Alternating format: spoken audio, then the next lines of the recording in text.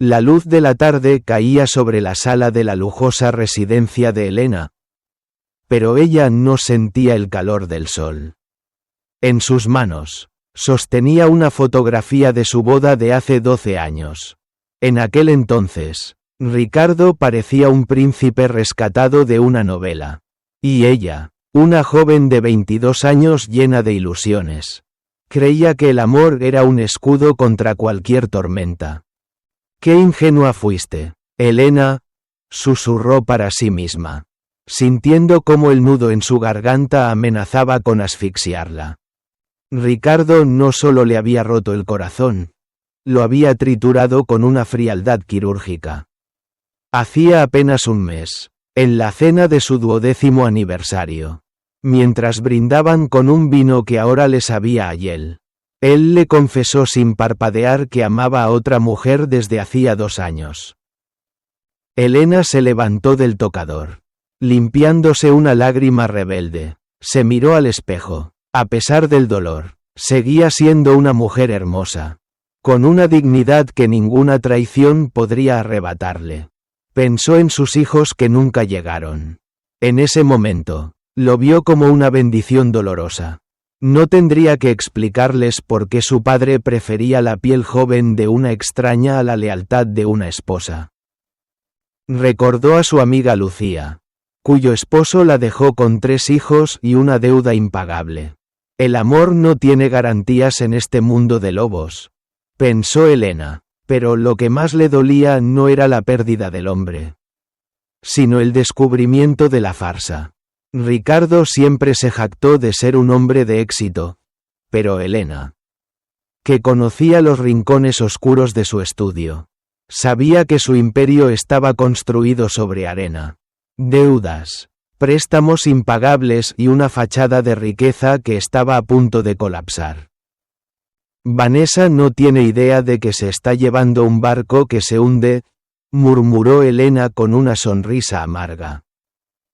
Para despejar su mente, Elena decidió salir a caminar por las vibrantes calles de la Ciudad de México. El caos de la metrópoli, el sonido de los claxon y el aroma de los puestos de comida callejera le devolvieron un poco de realidad. Se detuvo en un parque y compró un helado de vainilla, un pequeño placer que Ricardo siempre le había prohibido para cuidar su figura. El sabor la transportó a su infancia, a los paseos con su madre, una mujer fuerte que siempre le advirtió que no pusiera todas sus joyas en el cofre de un solo hombre. Mientras disfrutaba de su pequeña rebelión, una voz chillona rompió su paz. Vaya, pero si es la señora abandonada disfrutando de un helado como si no tuviera un mundo que se le cae a pedazos. Elena se giró lentamente. Frente a ella estaba Vanessa, vistiendo un conjunto deportivo de diseñador que seguramente Ricardo no podía pagar, sosteniendo a un pequeño perro faldero con un collar de cristales. «Hola, Vanessa», respondió Elena con una calma que descolocó a la joven. «Veo que tu perro tiene más clase que tú». Vanessa soltó una carcajada estridente, acariciando al animal. «Puedes insultarme todo lo que quieras, pero la realidad es que yo tengo a Ricardo y tú tienes. Bueno, un helado que se derrite. ¿No vas a gritar? ¿No vas a intentar arrancarme las extensiones como en las telenovelas que tanto te gustan?» Elena dio un paso hacia adelante, manteniendo su postura firme. «La vida no es una telenovela, niña. Ricardo es un hombre libre de irse con quien quiera. Si él cree que tu juventud es un refugio, que lo disfrute, pero te advierto, vivir con él no es el cuento de hadas que imaginas. Es un hombre de sombras y secretos». «Ay, por favor», Vanessa rodó los ojos. «Eso lo dices porque estás ardida de celos.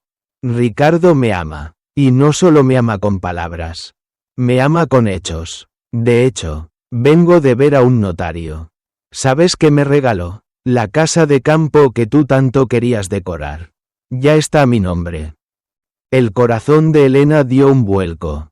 No por la casa, sino por la bajeza de Ricardo. Esa casa se construyó con ahorros que ella misma ayudó a gestionar. Ilegalmente, Ricardo siempre había ocultado los bienes bajo nombres de empresas fantasmas. ¿La casa de campo?, preguntó Elena, tratando de que su voz no temblara. Sí, y prepárate, porque después del divorcio, él venderá este departamento donde vives. Te quedarás sola, Elena, sola con tu dignidad y tus recuerdos, mientras yo brillo entre diamantes. Vanessa se alejó riendo, dejando a Elena envuelta en una furia fría. No iba a permitir que se burlaran de ella de esa manera. Si Ricardo quería guerra, la tendría. Pero no una guerra de gritos, sino una de inteligencia. Sin perder tiempo, Elena subió a su auto y manejó hacia la casa de campo. En las afueras de la ciudad. Necesitaba encarar a Ricardo. Al llegar, vio el sedán negro de su esposo estacionado frente a la imponente mansión de estilo colonial. Entró sin llamar. El eco de sus pasos resonaba en los suelos de mármol. «Vanessa, regresaste tan rápido, mi amor». La voz de Ricardo llegó desde la biblioteca. Cuando él salió al pasillo y vio a Elena, su rostro pasó de la ilusión al desprecio en un segundo. «Elena, ¿qué haces aquí? No eres bienvenida. Vine a confirmar si es cierto que eres tan miserable como para regalarle nuestro patrimonio a una niña que solo busca tu billetera», espetó ella. Ricardo suspiró con fastidio, cruzándose de brazos. «Mira, Elena, no hagamos una escena. El negocio no va bien. Tuve que transferir la propiedad a nombre de Vanessa para protegerla de mis acreedores. Si se quedaba a mi nombre o de la empresa, la perdería. ¿Y el departamento? Vanessa dice que también vas a venderlo. Es mi hogar, Ricardo. Legalmente es mío. Lo compré antes de casarnos. Necesito el dinero para salvar lo que queda de mi empresa. Ten un poco de compasión. Estoy en una situación difícil». Elena soltó una carcajada seca, llena de dolor y odio. «¿Compasión? Me estás echando a la calle después de 12 años de lealtad. ¿Y me pides compasión? ¿También vas a pedirme la mitad de mi coche?» Ricardo sonrió con una ironía cruel. «Bueno, puse una parte del dinero para ese coche. Así que técnicamente me corresponde una parte». Elena sintió que algo se rompía definitivamente dentro de ella. La última pizca de respeto que sentía por ese hombre se evaporó. «Eres patético, Ricardo. Quédate con tus deudas, con tus casas mal ganadas y con tu amante de plástico. Hoy mismo firmaré los papeles del divorcio. No quiero ni un centavo tuyo. Porque estoy segura de que lo único que posees es un montón de mentiras que están a punto de explotar». Salió de la casa dando un portazo que pareció sacudir los cimientos de la mansión. Mientras manejaba de regreso a la ciudad, con lágrimas nublando su vista, el teléfono sonó. Era un número desconocido. Elena contestó, esperando que fuera su abogado.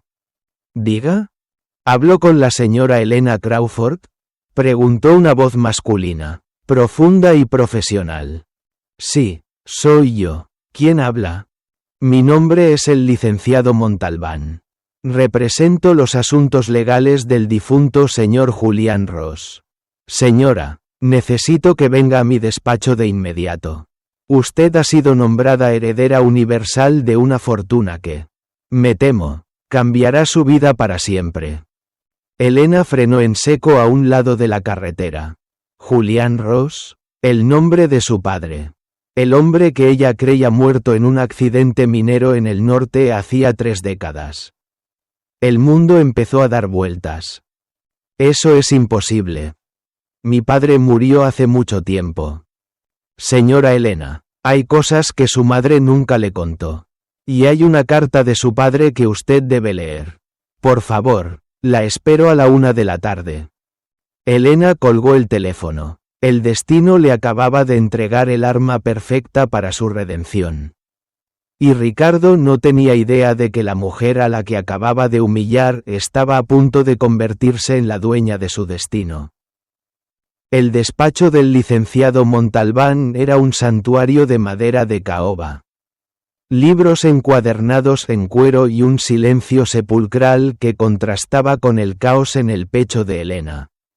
Al entrar, fue recibida por una secretaria cuya presencia destilaba una elegancia gélida y costosa. «Pase, señora Elena, el licenciado la espera», dijo la mujer con una inclinación de cabeza casi reverencial. Elena entró y se encontró con un hombre de unos 60 años, de mirada aguda tras unos lentes de montura dorada. No parecía un abogado de divorcios comunes, este hombre manejaba el poder. «Gracias por venir, Elena, sé que esto debe ser un choque emocional para usted», dijo Montalbán, señalando una silla de terciopelo. «Pero antes de hablar de números, debe ver esto». Puso sobre el escritorio una fotografía vieja, amarillenta en los bordes. Elena sintió que el aire se escapaba de sus pulmones. Era ella, a los 5 años, con un vestido de encaje y las mejillas manchadas de chocolate, sosteniendo una manzana pequeña. «Es la misma foto que mi madre tiene sobre la chimenea», susurró Elena, con los dedos temblorosos tocando el cristal. ¿Cómo la tenía él?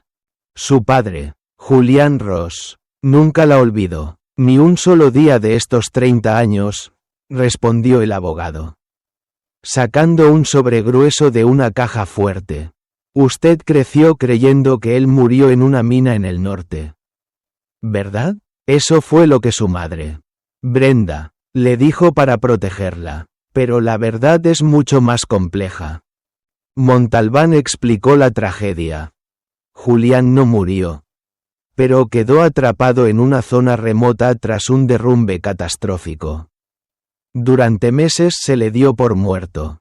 Cuando finalmente regresó a la civilización, Brenda ya se había marchado, huyendo del dolor y de las deudas que el accidente había dejado.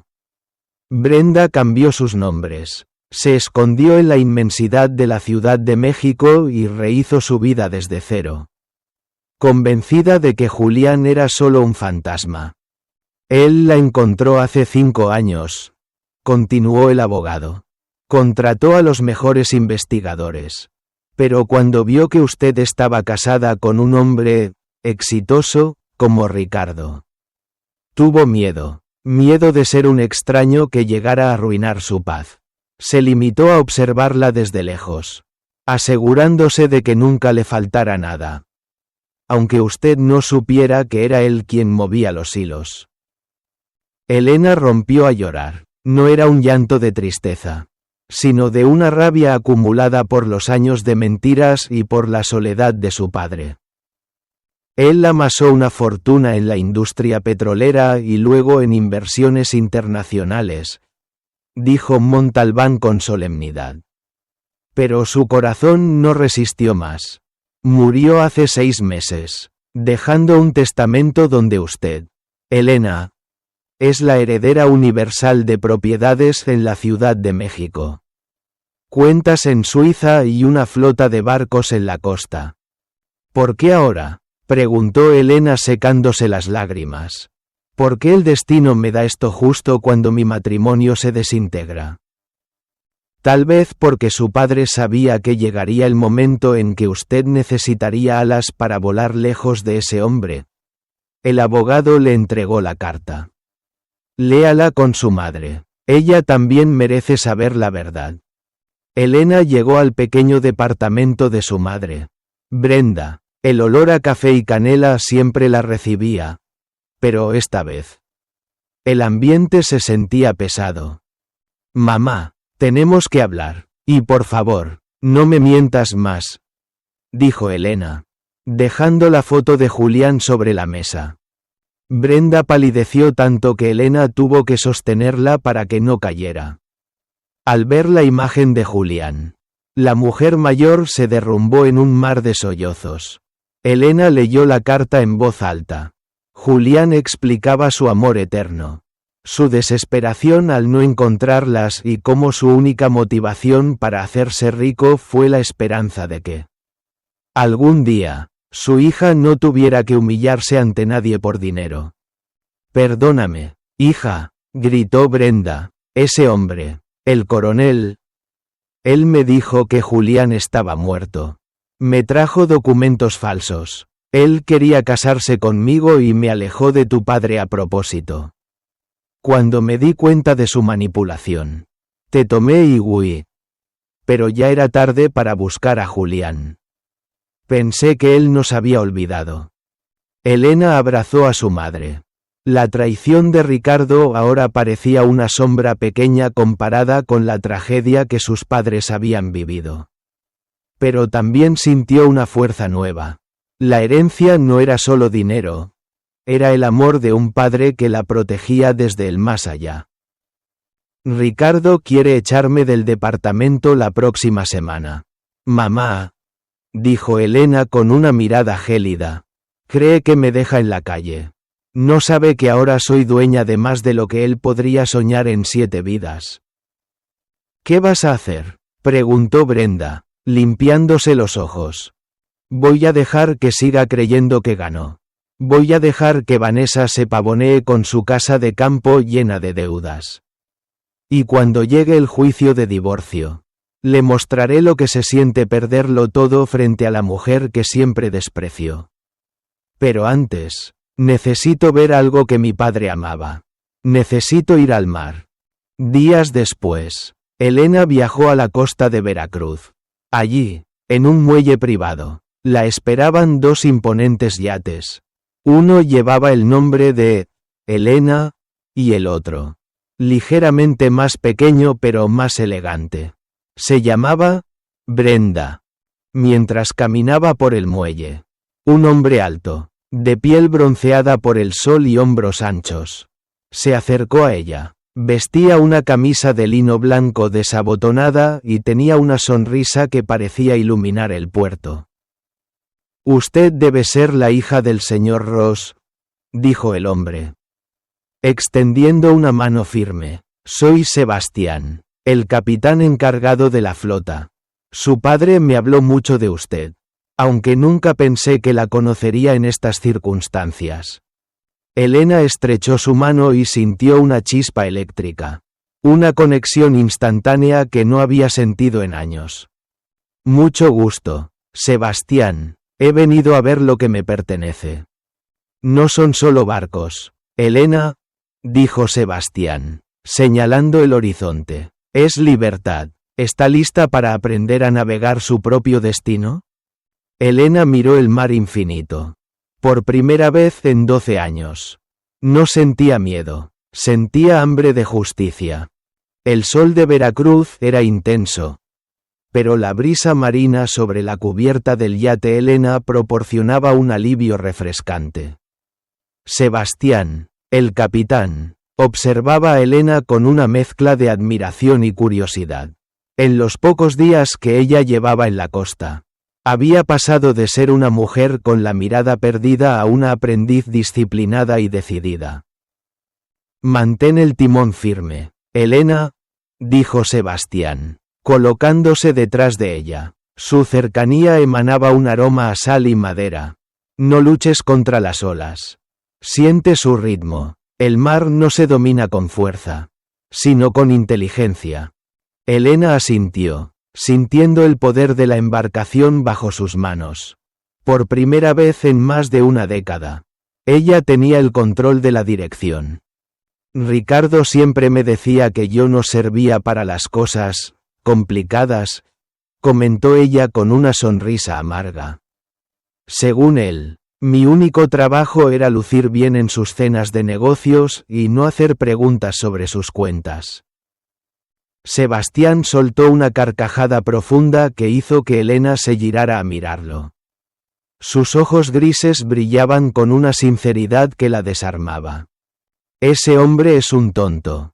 Si me permite decirlo, su padre, don Julián, Decía que usted tenía un fuego interno que solo necesitaba una chispa.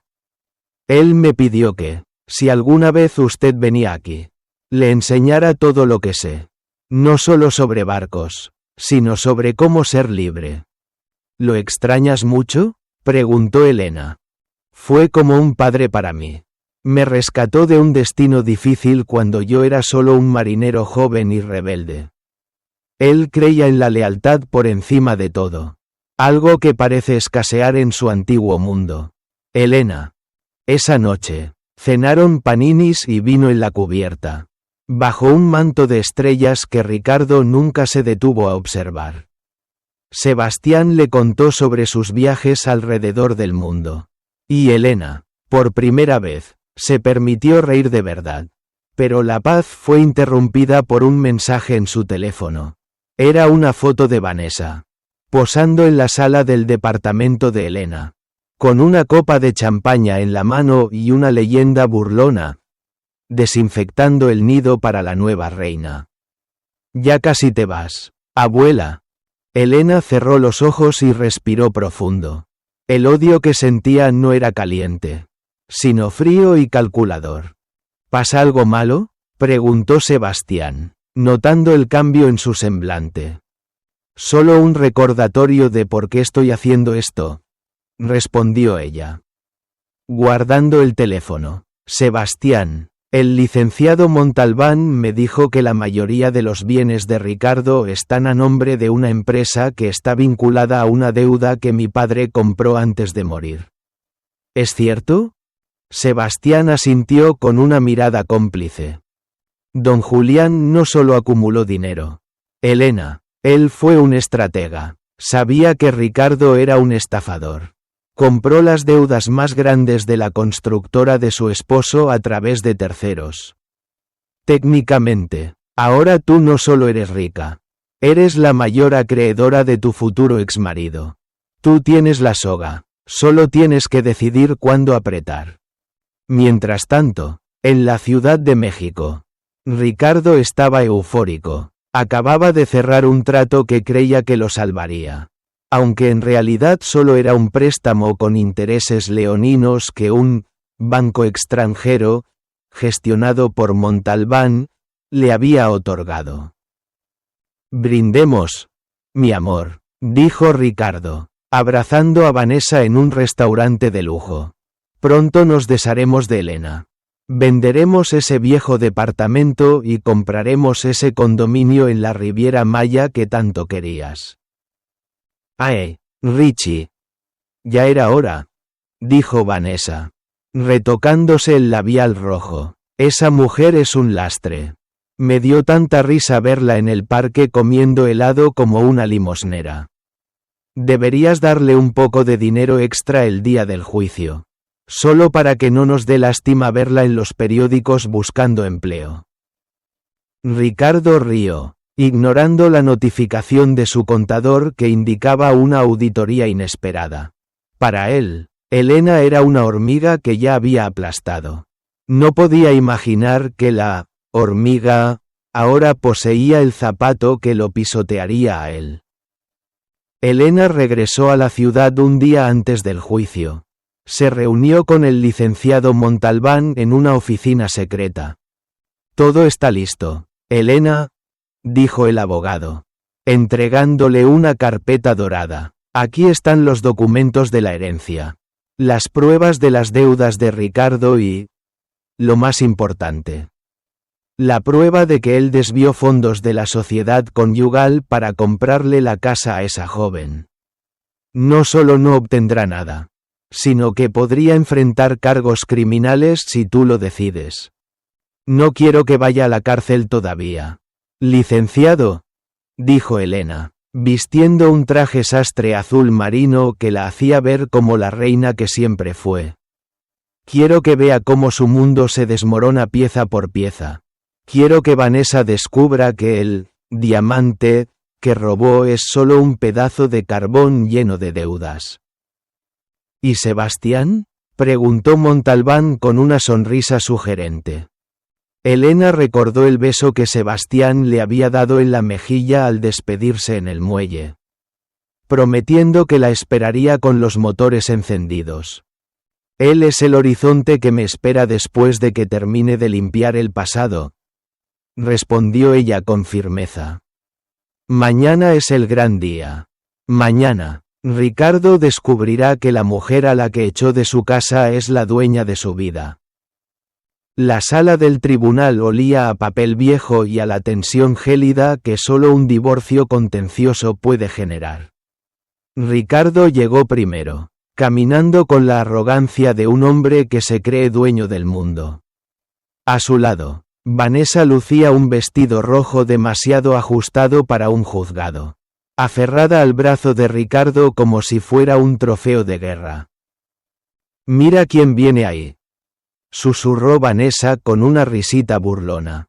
La pobre Elena. Al menos se puso un traje decente para pedir limosna. Elena entró en la sala. No caminaba como una víctima. Lo hacía con una serenidad majestuosa.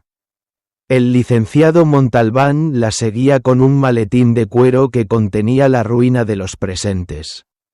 Elena no miró a Ricardo ni una sola vez. Se sentó en su lugar, manteniendo la espalda recta y la mirada fija en el estrado del juez.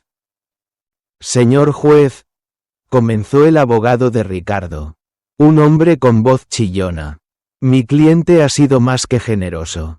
A pesar de que el departamento en disputa fue adquirido antes del matrimonio. Él está dispuesto a darle a la señora Elena una pequeña suma compensatoria por sus años de servicio doméstico. Siempre y cuando ella desaloje la propiedad mañana mismo». Ricardo asintió con una sonrisa de suficiencia, mirando a Elena como esperando verla suplicar. El juez miró a Elena. «¿Tiene algo que decir la parte demandada?», preguntó el magistrado. Elena se puso de pie. Su voz fue clara, firme y resonó en toda la sala. «No necesito su dinero compensatorio, señor juez, y no se preocupe por el departamento. Ya he mudado todas mis pertenencias. Sin embargo, antes de firmar la disolución de este matrimonio, hay algunos detalles financieros que mi exesposo parece haber olvidado mencionar a este tribunal». Ricardo frunció el ceño. «Elena, no hagas el ridículo. Ya hablamos de esto. No tienes nada legalmente». Montalbán se puso de pie y colocó un fajo de documentos sobre la mesa del juez. «Señor juez, aquí presento las pruebas de que el señor Ricardo desvió más de 5 millones de pesos de las cuentas operativas de su empresa, la cual forma parte de la sociedad conyugal, para comprar una mansión de campo a nombre de su amante, la señorita Vanessa, aquí presente. Eso constituye fraude civil». Vanessa palideció bajo su exceso de maquillaje. Ricardo se puso de pie, furioso. «Eso es mentira. Esos eran fondos personales. Además, la empresa está en quiebra. No hay nada que reclamar». «Tiene razón en algo, señor Ricardo», intervino Elena con una sonrisa gélida que le heló la sangre. «Su empresa está en quiebra. Y aquí es donde las cosas se ponen interesantes. Durante los últimos meses, su mayor acreedor ha sido una firma de inversiones internacional. Ellos compraron todas sus deudas. La hipoteca de esta mansión. Los préstamos de su constructora y hasta las facturas vencidas de sus tarjetas de crédito». Ricardo sintió que el suelo se movía. «¿De qué estás hablando? ¿Qué tiene que ver eso con el divorcio?». «Tiene que ver», continuó Montalbán, «en que la dueña absoluta de esa firma de inversiones es la señora Elena Crawford, heredera universal de la fortuna de Julián Ross. Señor Ricardo, usted no solo no le va a quitar nada a mi cliente. Usted le debe a ella más de lo que podrá pagar en el resto de su vida». El silencio que siguió fue absoluto. Vanessa soltó el brazo de Ricardo como si quemara. «¿Heredera? ¿Julián Ross?», tartamudeó Ricardo, con el rostro gris. «Ese viejo estaba muerto. Elena, tienes que estar bromeando. Ese coche deportivo amarillo en el que llegaste. Es mío, Ricardo, al igual que los yates. Las cuentas en el extranjero y, por cierto, la deuda que pesa sobre la casa donde pretendías vivir con Vanessa, dijo Elena, acercándose a él. Técnicamente, soy tu dueña. Podría embargar hasta el reloj que llevas puesto en este momento si quisiera. Richie, dime que no es cierto. Chilló Vanessa. Me dijiste que tenías todo bajo control. Que ella se quedaría en la calle. Elena miró a Vanessa con una mezcla de lástima y desprecio. Vanessa, te llevas a un hombre lleno de deudas. Deudas que me pertenecen a mí. Espero que ese gran amor del que presumías en el parque sea suficiente para pagar la renta. Porque mañana mismo inicio el proceso de ejecución hipotecaria de la casa de campo. El juez golpeó el mazo. Orden en la sala. Vistos los documentos presentados, se declara la disolución del matrimonio. Debido a las pruebas de fraude conyugal, se ordena el embargo precautorio de los bienes del señor Ricardo a favor de la señora Elena. Elena firmó los papeles con una caligrafía perfecta. Al terminar, se giró hacia un Ricardo que parecía haber envejecido 20 años en 10 minutos. No me busques, Ricardo, no me llames para pedirme piedad. La compasión que me pediste el otro día se terminó en el momento en que intentaste humillarme frente a tu amante.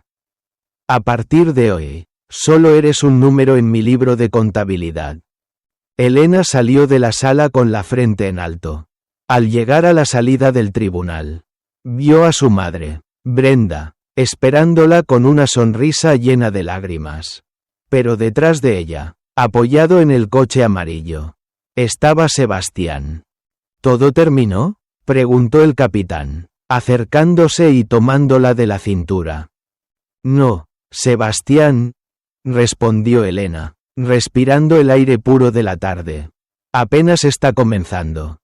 Ricardo y Vanessa salieron poco después, gritándose insultos en plena calle mientras los fotógrafos de la prensa local, alertados por Montalbán, capturaban la caída del exitoso empresario.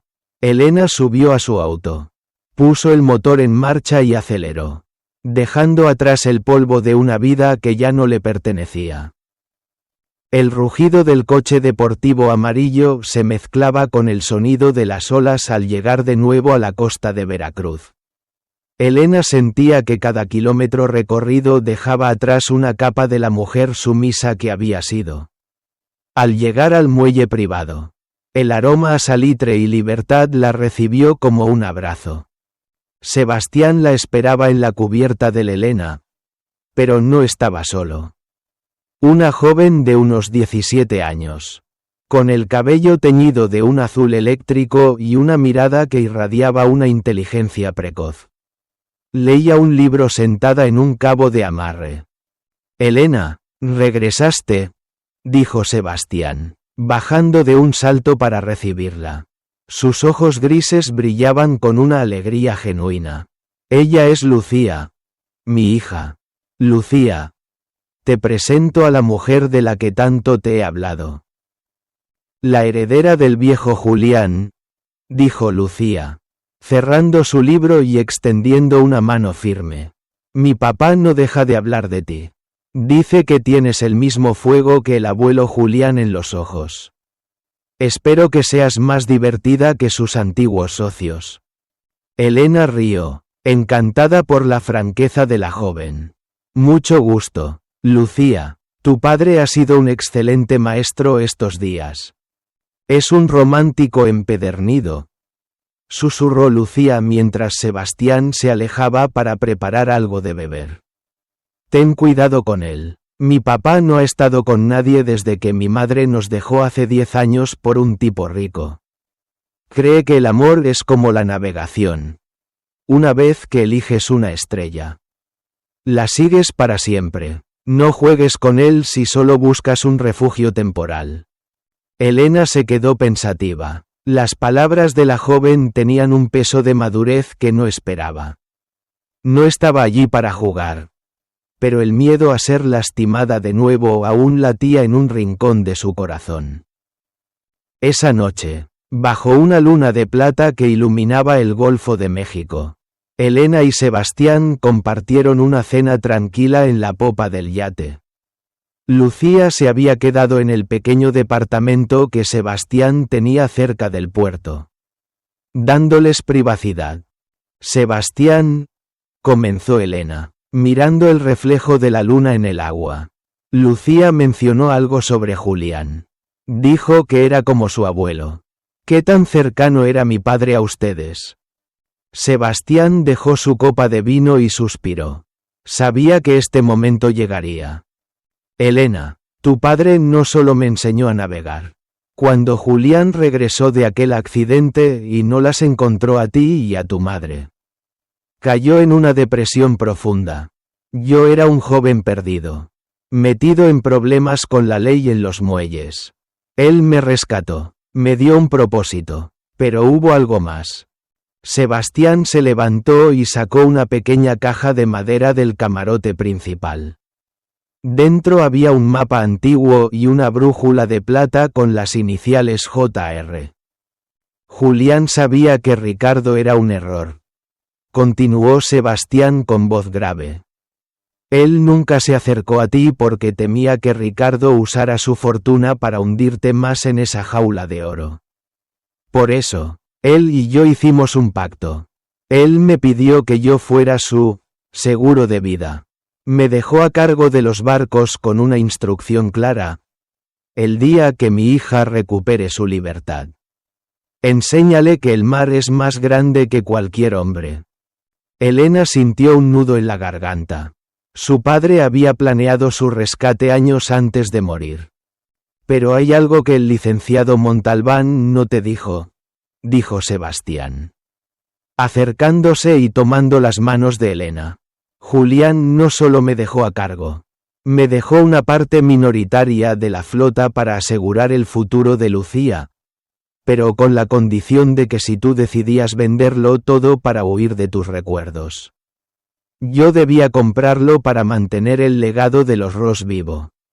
¿Por eso estás aquí? ¿Por obligación con mi padre?, preguntó Elena, sintiendo una punzada de duda. Sebastián la miró fijamente, acortando la distancia entre ambos. Al principio, fue lealtad, pero desde que te vi bajar de ese auto amarillo, desde que vi cómo te enfrentaste a tu pasado en ese tribunal sin derramar una lágrima de debilidad. Elena, no es por Julián que estoy aquí ahora. Estoy aquí porque nunca he conocido a una mujer con tanta fuerza y tanta luz. El beso que siguió fue lento, cargado de la promesa de un nuevo comienzo. No era la pasión desesperada de la juventud, sino el encuentro de dos almas que habían sobrevivido a sus propios naufragios. Mientras tanto, en la Ciudad de México, la realidad golpeaba a Ricardo con la fuerza de un huracán. Vanessa, al descubrir que la mansión de campo estaba bajo un proceso de embargo y que las cuentas de Ricardo estaban congeladas por fraude, no tardó ni 24 horas en empacar sus maletas. No puedes irte ahora, Vanessa, te di todo, gritaba Ricardo en el departamento vacío, donde los muebles ya tenían etiquetas de embargo. ¿Me diste qué? ¿Deudas? ¿Vergüenza?, espetó Vanessa, poniéndose sus lentes de sol. Me dijiste que eras un rey, Ricardo. Pero solo eres un bufón que fue burlado por su propia esposa. Mi belleza no es gratis. Y tú ya no tienes con qué pagarla. Adiós, Richie, búscate a alguien de tu edad para que te cuide en la miseria. Ricardo se quedó solo, rodeado por el eco de sus propias mentiras. El teléfono sonó. Era el licenciado Montalbán con un mensaje final de Elena. El departamento debe estar vacío para mañana al mediodía. He donado todas tus ropas a un refugio de indigentes.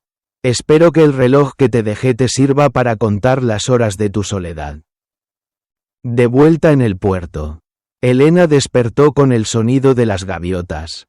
Se vistió con ropa náutica cómoda y salió a la cubierta. Sebastián estaba allí, preparando las velas del Brenda. ¿A dónde vamos, capitán?, preguntó ella con una sonrisa radiante. A donde el viento nos lleve. Elena, respondió él, extendiéndole la mano. Julián decía que el mapa solo es una sugerencia. El verdadero destino se descubre navegando. ¿Estás lista para dejar el puerto para siempre? Elena miró hacia la costa, hacia la vida que una vez la aprisionó con acento agudo. Y luego hacia el mar abierto. Vámonos, Sebastián, mi vida acaba de empezar. El sol de septiembre se alzaba sobre el horizonte, pintando el cielo con tonos púrpura y naranja. Elena estaba de pie en la proa del Brenda, observando cómo la silueta de la costa de Veracruz se hacía cada vez más pequeña. No era una huida, era una partida hacia una libertad que ella misma había conquistado. A su lado, Sebastián manejaba el timón con la destreza de quien conoce el lenguaje del viento. Lucía, sentada en la cubierta, revisaba unas cartas náuticas mientras reía de las historias de su padre. El ambiente no se sentía como el de una empresa o una propiedad heredada, se sentía como una familia. Elena, dijo Sebastián, llamando su atención, hemos llegado a las coordenadas que pidió el licenciado Montalbán. ¿Estás segura de esto? Elena asintió con firmeza. Sacó de su bolso un pequeño cofre de madera que contenía las cenizas de su padre. Julián Ross. Habían decidido que el mejor lugar para su descanso final no era un cementerio frío, sino el mar que él tanto amó y que fue el único testigo de su lucha por triunfar para su hija. Mi padre pasó 30 años construyendo un imperio para mí, dijo Elena con la voz entrecortada por la emoción. Pero su mayor regalo no fue el dinero. Fue la oportunidad de darme cuenta de que soy capaz de sobrevivir a cualquier tormenta. Papá, ahora eres libre, y yo también lo soy. Esparció las cenizas al viento, viendo cómo se fundían con la espuma blanca de las olas. Por un momento, sintió una calidez en el hombro, como si una mano invisible la estuviera reconfortando. La deuda con el pasado estaba pagada. Semanas después, Elena regresó a la Ciudad de México para cerrar los últimos asuntos legales. Se reunió con Montalbán en su despacho. Señora Elena, los activos han sido liquidados, informó el abogado. Ha decidido vender la constructora de Ricardo, pero ha mantenido las propiedades inmobiliarias. Es usted, oficialmente, una de las mujeres más ricas del país. ¿Qué piensa hacer con todo este capital? Elena sonrió. Pero no era la sonrisa de la mujer que presumía riqueza, sino la de alguien que tiene un propósito. He creado la fundación Vientos del Norte, respondió ella. Vamos a financiar refugios para mujeres que, como mi madre y yo, tuvieron que huir de hogares abusivos o fueron engañadas por hombres que les quitaron todo. Quiero que tengan abogados, psicólogos y, sobre todo, una educación que las haga independientes. El dinero de mi padre servirá para que ninguna mujer vuelva a ser una hormiga bajo el zapato de nadie. Julián estaría orgulloso, dijo Montalbán con un brillo de admiración en los ojos. ¿Y qué hay de Ricardo? Elena suspiró, mirando por la ventana. Me enteré de que está viviendo en una pensión de mala muerte. Intentó llamarme varias veces para pedir un préstamo, alegando que lo nuestro significó algo. He dado órdenes de que no se le permita el acceso a mis oficinas. No le deseo el mal, pero la miseria en la que vive es el reflejo de la pobreza de su alma. Él ya no es mi problema. El cierre definitivo ocurrió en el puerto. Elena decidió que no quería vivir en la mansión de la ciudad ni en la casa de campo que una vez fue el nido de la traición. Compró una hermosa casa de estilo mediterráneo frente al mar en Veracruz, cerca de donde Sebastián y Lucía vivían. Una tarde, mientras caminaban por la playa, Sebastián se detuvo y la miró fijamente. El viento agitaba su cabello y la arena bajo sus pies se sentía como el suelo más firme que Elena había pisado jamás. Elena, sé que has pasado por mucho. Sé que te prometiste no volver a depender de nadie. Comenzó Sebastián, tomando sus manos. Pero el mar es demasiado grande para navegarlo solo. No te ofrezco una jaula de oro, ni promesas de telenovela. Te ofrezco mis manos para el timón, mi hombro para las noches de frío y mi corazón, que te pertenece desde el primer día que te vi. Elena sintió que su corazón latía con una fuerza que nunca conoció con Ricardo. Esto no era rutina, no era un contrato, era amor real, basado en el respeto y la libertad. No necesito que me salves, Sebastián, respondió ella con una sonrisa traviesa, porque ya aprendí a nadar sola. Pero quiero que navegues a mi lado. Sí, quiero estar contigo. Se besaron mientras el sol se ocultaba, sellando un pacto que no necesitaba notarios ni firmas. A lo lejos, Lucía los observaba desde la cubierta del Elena, levantando una mano en señal de aprobación. La joven tenía razón. Su padre era un romántico, y Elena era la estrella que él había elegido seguir. Un año después, la Fundación Vientos del Norte había ayudado a cientos de mujeres a recuperar su vida. Elena se convirtió en una navegante experta, participando en regatas y ganando trofeos que decoraban su casa frente al mar. Ricardo, por su parte, terminó trabajando como guardia de seguridad en un centro comercial, viendo pasar de lejos los autos lujosos que alguna vez creyó poseer. Vanessa desapareció del mapa, buscando a su próxima víctima en algún casino de Las Vegas, sin saber que la belleza se marchita, pero las deudas de honor siempre se cobran. Elena Crawford Ross ya no era la esposa engañada. Era la dueña de su mar, la capitana de su alma y la prueba viviente de que, tras la traición, siempre hay un horizonte brillante esperando a quienes tienen el valor de buscarlo.